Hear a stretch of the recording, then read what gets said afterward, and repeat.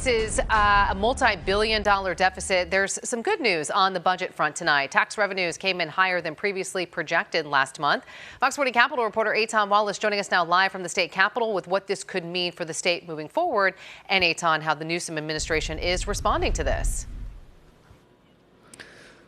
Well, Nikki, good evening. And that reaction from the Newsom administration can be summed up in two words: cautious optimism.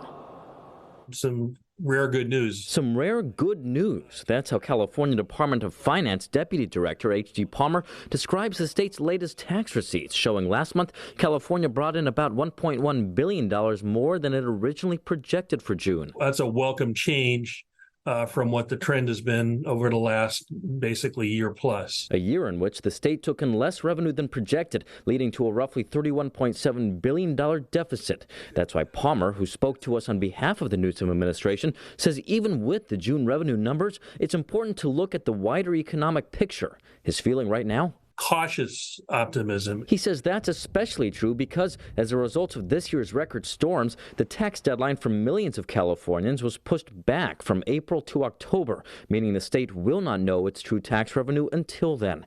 The Department of Finance expects about $42 billion to come in at that time, but given the uncertainty of the markets, Palmer says there's always a possibility less money comes in. 1 out of every 4 personal income tax dollars, which is the state's largest source of revenue, is now going to be received in October as opposed to May or June. So we like to think that we've got a good estimate on that, but there are so many variables and factors that could change that. It still represents a risk that's out there. Still, he believes come October, even if the state takes in less revenue than projected, the administration's priority to one-time spending and a record $37+ billion in reserves could spare major cuts. We are much better prepared now than we have been for a number of years. But Republicans have long argued this year's $311 billion budget is too large. They want to see more fiscal prudence. The fact that the governor's own budget continues to overspend, creating structural deficits into the future, is proof that this budget is not fiscally responsible.